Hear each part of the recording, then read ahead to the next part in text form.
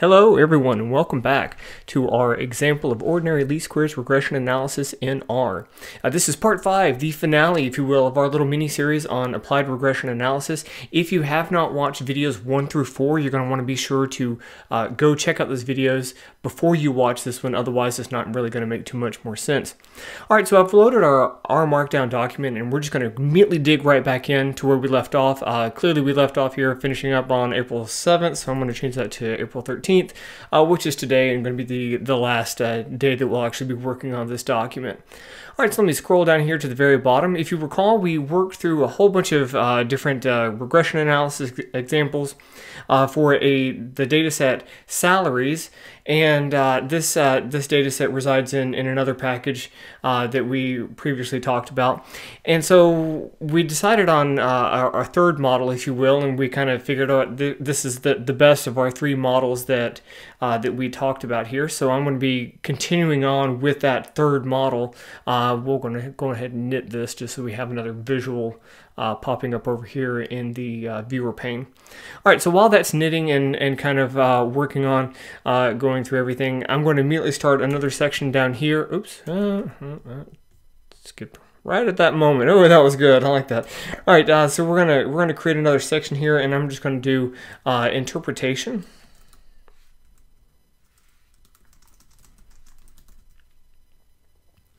Alright, yeah, you can see we finally have all our results over here. The data package that it eluded me when I was just talking about it, that the salaries data lives in is the carData package. And we also loaded a handful of other packages as well. You will be using the ggpubr and ggplot2 package as well. Alright, so great. I'll go ahead and scroll down here. So we kind of had decided on our third model, if you will, and this model had, we found that the interaction between rank and binary gender metric wasn't necessarily that important when explaining the salaries once they're transformed into natural logs. However, we did find that a square of years since attaining PhD ended up being a relatively important variable in terms of explaining the salary distributions among professors, both the assistant, associate, and full professor ranking.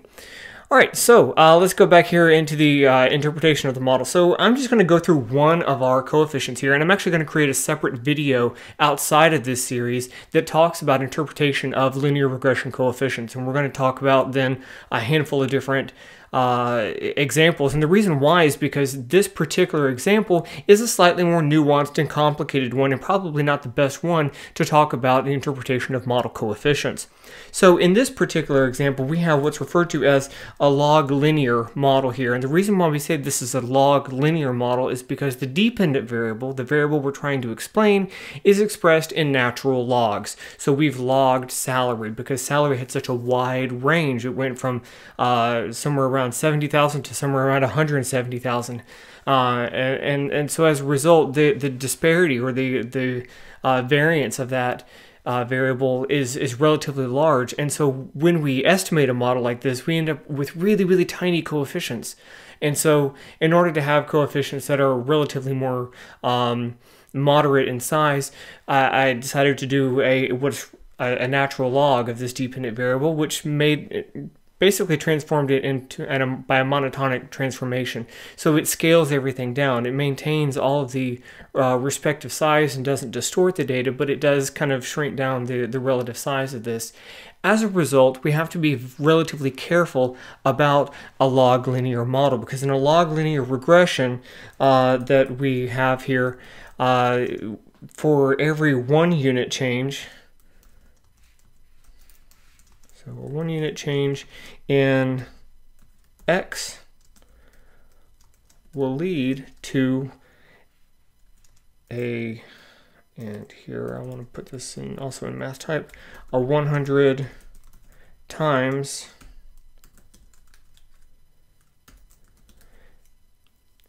beta hat change in Y. Actually, we should be very careful of this. It should lead to a 100 times beta hat percentage point change in Y. So, yeah, so we kind of have to be relatively careful. Usually when we have a normal regression analysis where we have a continuous variable for our y variable and continuous variables on our x variable, then these we can kind of say, okay, for every 1 unit change in x, we get a beta change in y. In this case, we can't say that exactly because we have that natural log. Now, for every 1 unit change we have in our one of our x variables, we get a beta hat percentage point change in y, and so we want to scale that in order to multiply it by 100 so that we can examine it in percent terms. Now, again, this is not necessarily ideal for the first time maybe that you're examining or experiencing regression analysis and going through an example like this. So like I said, I'm going to work through a separate video where I go through a handful of different examples. Won't get too bogged down in the interpretation or the analysis of different model fits and that kind of thing, but just to expose you to different types of data and then talk about the actual interpretation of these coefficients. So let's actually apply this to the actual regression analysis that we have here. So, and I'm actually going to use one of these variables. So let's just say taking years dot since dot phd, and I'll use those accent lines, and this will actually kind of format this in an actual code type within our R Markdown document. So taking this as an example, then the estimated coefficient beta hat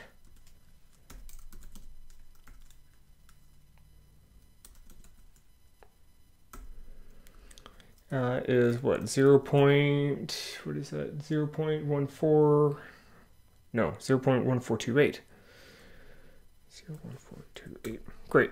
All right, so that's the full coefficient. We kind of rounded it off there in the Stargazer output here, but we can actually go up above that and actually examine separately outside of the Stargazer output the full size of that beta hat coefficient. So how do we interpret this exactly? So this, in this case, our x change, or the change in our x variable, is in 1 year increments. It's the year since we attained our PhD. So for every additional year that we have attained our PhD, this leads to a 1.43%.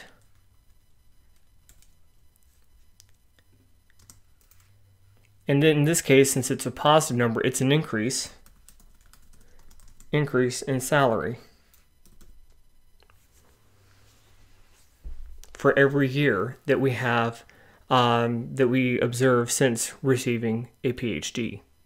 So this has a direct interpretation that's specific to this case because of this log linear regression framework that we've used. So the reason why this is 1.43, again, notice up here we have this multiplied by beta hat. So we have 100 times beta hat, and so we need to move that decimal place over 2 digits. So that's why we have the 1.43. So we could even specify that more fully and just say 100 times 0.0143. And that's annually, so that's kind of for every year since we've seen this PhD. Now this isn't a time series, if you will, but it is. We do have many different instances of individuals for a nice cross section of individuals since they've actually attained their PhD. So we're kind of measuring this on average, although I do believe this is fully in 2008, 2009 dollars. All right, so great. So you can kind of walk through the rest of these coefficients and discuss that in relatively similar ways. You think about, okay, well, what is the actual dependent variable? What is the single unit change in that dependent or independent variable? And then we can take those estimated coefficients, multiply by 100, and they become the percent change in the independent variable in that case. All right, so there's kind of the interpretation of the model coefficients. I didn't want to do that in models 1 and 2 because I knew models 1 and 2 were probably not our best initial guesses. This is usually the case whenever we're doing applied regression work. Your first stab at a model rarely is your best stab at the model. I mean, sometimes it comes out to be like that way, and you just say, okay, well, this is the most parsimonious and realistic model that I can come up with. But in reality, most of the time, you'll end up kind of saying, okay, well, is there something I can do better by incorporating these additional interaction terms or squared and quadratic or quartic or cubic terms for additional moments. But you'll try to see, okay, is there something after my initial baseline model, can I do better by that? So usually there's some degree of revision whenever you're doing model comparisons. So I didn't want to get too bogged down in the interpretation of the coefficients right there at the very beginning. Like I said, be on the lookout for another video where we're going to be talking about interpretation a whole lot, and I'm sure you'll probably be thoroughly enjoying yourself by the time we get to the end of that video. All right, so let's wrap up. There's one more thing that I wanted to examine here, and that is predicted values. And so in a previous video, I mentioned that the predicted values in a linear regression model, they will pass through the average value of that actual dependent variable that we actually do realize. And so in this case, I wanted to actually plot both the actual points that we do observe and also what the model predicts. So this is kind of based on an assumption that the expectation of our error term is 0 for all individuals. And so maybe I should just explicitly say that. Assumption for this is, and in math terms, the expectation of our error term. And what did I call our error term in our actual regression model? Hang on one second, let me scroll back up here to our theoretical model. We called that EI. So I'm just going to copy that here and scroll down. Great, so the expectation of EI is explicitly equal to 0. So that's kind of our baseline assumption whenever we're calculating predicted values. We're going to insert an R chunk here, and I'm actually going to append a couple of things into our data set. So I'm going to type in salaries here, and then I'm going to create a couple of different variables. I'm going to create fitted values. And so this is kind of basically saying, let's run through our full model and assume that our error term actually is 0, then what does our model predict for the log of salary? And we can actually back that out from our actual regression model result. In this case, we could called it third underscore model, and we can hit the $sign there, and you'll notice you can actually arrow through a whole bunch of various things that are stored in that calculation, but we want specifically the fitted dot values element from that third model linear regression model output. And then finally, we'll create another variable in this salaries data frame. In this, I'm going to call it specifically error. And this, again, we'll also say I want third model, and then I want the residuals from that. So this is at the actual residuals that we calculate post-estimation of our error terms here, not necessarily assuming they're 0. On average, they're 0. And in the case of this third model, the median is pretty close to 0 as well. But this is what they actually ended up being. So it's the difference between these fitted values and the actual dependent variable that we're trying to model. So great, so we will just run that real quick, create both of those columns, and if we wanted to actually see them inside of our environment, we can click on the salaries data frame, and lo and behold, we see fitted values here in one column, we see our error term over here in the other column. So great, so we've done all that exactly the way we should be doing. All right, and so I'm going to create a third or a separate R chunk here, and I want to plot. In this case, I just want to plot the data. So I'm going to plot within salaries. I want to plot the log of salary, and I want it to have just actual dots. So I'm going to use this PCH argument here, and I'm going to give that to be the character 16, and so that will give me some points there. And then I'm going to hit enter, and I'm going to add some additional points to this plot. I want to add salaries, and I want the fitted values that we just saved and appended to that salaries data frame. And in this case, we'll give it a slightly different shape as well. And we might as well go ahead and specify a color. Now this is all in base R graphics. I'm a firm believer that you should be really kind of fluent in both plotting data, both in base R graphics as well as in ggplot graphics. We could have done this in ggplot. We'll do actually play with ggplot here in a moment with something separate. All right, so after that we can just run this within our R Markdown document without having to reknit things. And right off the bat, we see, okay, so we've plotted just a scatter plot of our dependent variable, the log of salary in black. That's the first part of this argument, line 158. And we kind of have a nice uniform dispersion here of the log of salary. So this is a relatively well-behaved dependent variable. However, in the second command, line 159, we're plotting the fitted values, again in a different shape and in red. And so you can kind of neatly see where we kind of have this hard upper bound of what we're able to model of our dependent variable given this actual model. On the lower end, it's not quite as bad. We definitely see that we do have some outliers below that.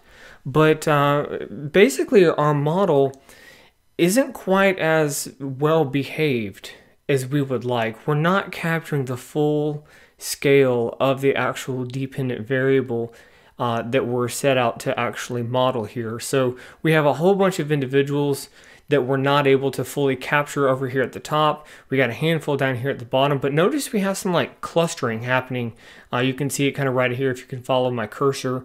Within the video, we have some clustering happening here. We have some more happening all around here at the other top. So clearly we're missing something here. So at this point, we probably need to do a full scale kind of breakdown of the difference between our actual dependent variable and some of our fitted values. And I'm going to try to build a couple of ggplot figures to kind of fully explain all of these various nuances here.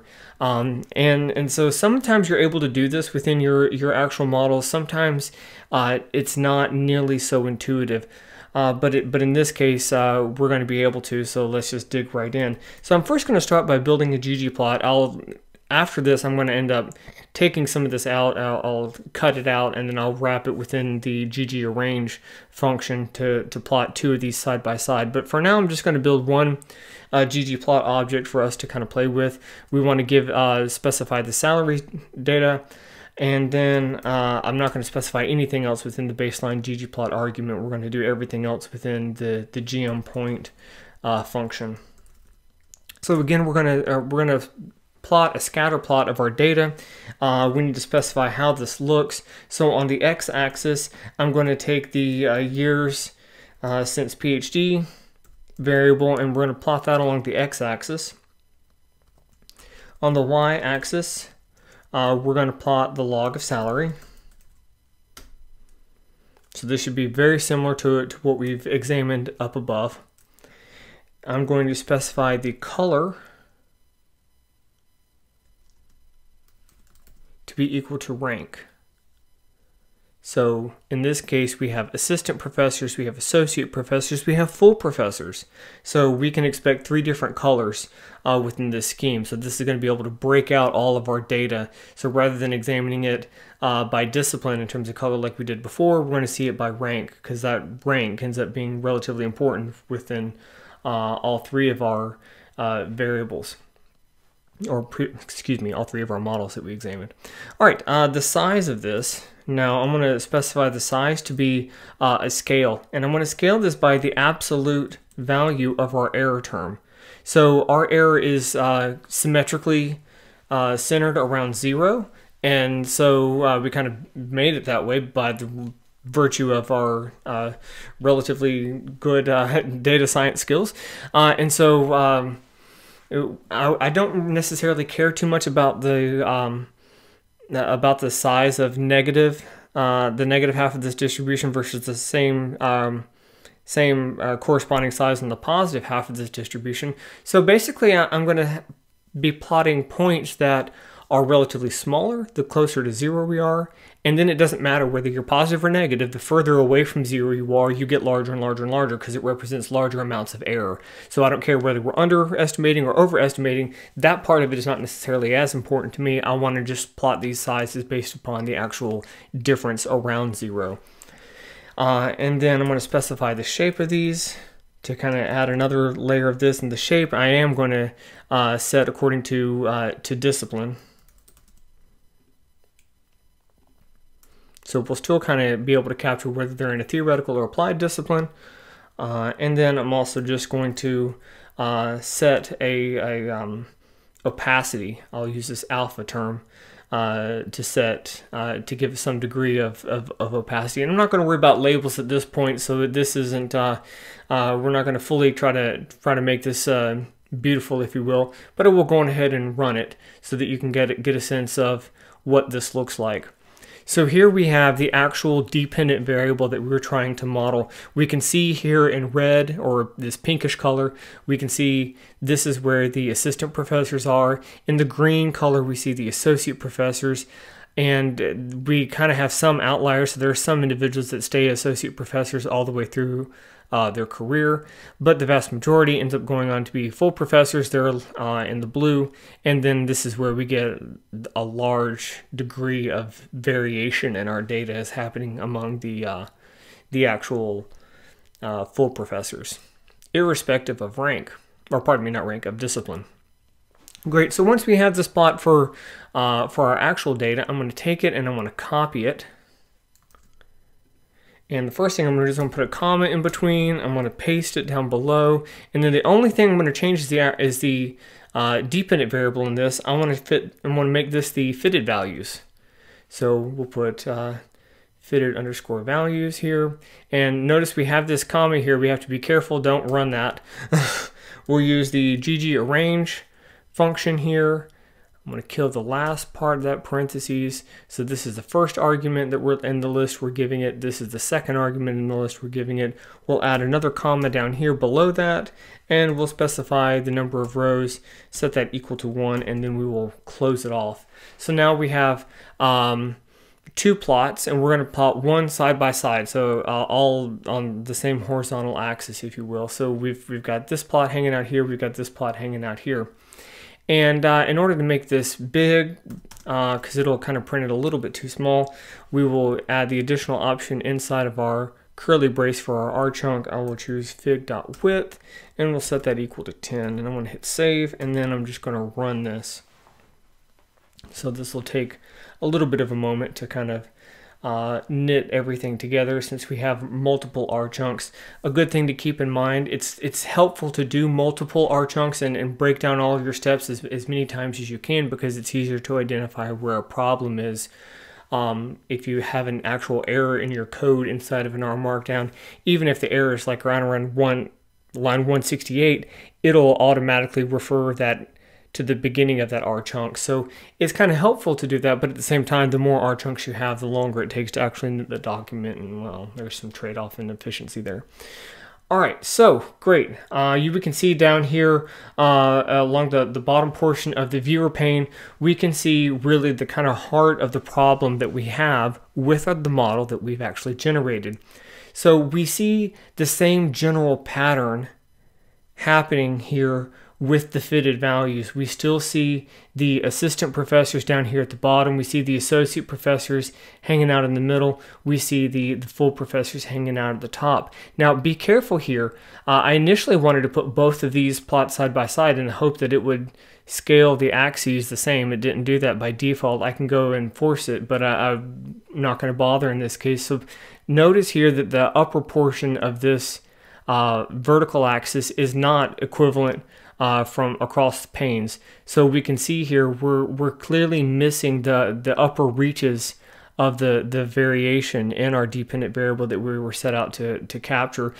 Same way along the bottom side, but the bottom side is less of a concern, if you will.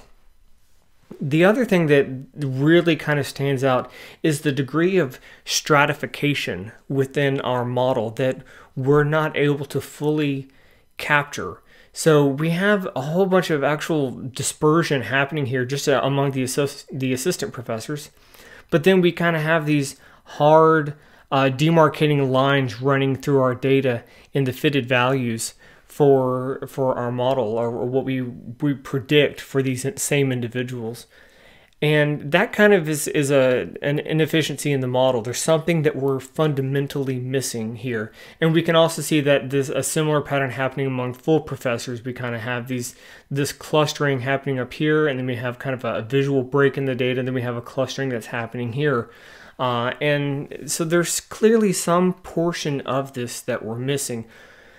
Less of a concern are the associate professors. They tend to behave a bit more normally, if you will, in that regard. So I look at this data and I think, okay, there's probably some things that we're fundamentally missing here. Clearly, there's something about the full professors that we're not capturing within our actual model. So it could be that the full professors, I think I mentioned this in a previous video, it could be that they have some type of ties with the administration, and that kind of gives them a salary bump, and we're clearly not capturing that among the full professors. Are there any like quasi positions where you have someone that is at a rank of full professor, but then they're also within an administrative capacity as well, or at least in a part-time administrative capacity, so they get an additional salary bump, if you will, or maybe research centers. But then, of course, it could also be that you have some full professors that they're actually full professors, but they're incredibly marketable because of actual research contributions or some other type of innovative contribution that's made them excessively marketable, and thus they have a higher earning potential on the margin, and we're not able to capture that. Likewise with the assistant professors, I mean, clearly the salaries are lower. They're relatively lower in that regard. They're starting out in their careers. They don't have the lifetime earnings to kind of build that up. But I mean, there could be maybe some latent discrimination happening among. We have absolutely no information among minorities or the demographics of these individuals, and so it could be that there's some component of that that's missing here. So it may not be one thing for either of these subsets of our actual data. These are the kind of things that you want to keep in mind when you're actually working through your own data science projects. Actually think, okay, what's likely to be the cause, or what's a possibility that this could be the cause, and then either find a way to identify it with the existing data that you have, or go out and try to collect more data on for your specific project in order to kind of capture this. So this is going to wrap us up now for our example 1 for linear regression analysis in R. Thank you guys so much for watching. If you've made it all the way through to the end of video 5, just give yourself a pat on the back, because this is dense. It's not necessarily intuitive, and the first time you see it, frankly, it's kind of a little scary. But the more you do this stuff, the more comfortable you get at it, and the more you learn, and next thing you know, you'll master this kind of stuff. So anyway, if you have any comments or questions, please leave them in the comments below, and thank you guys very much for watching. Take care.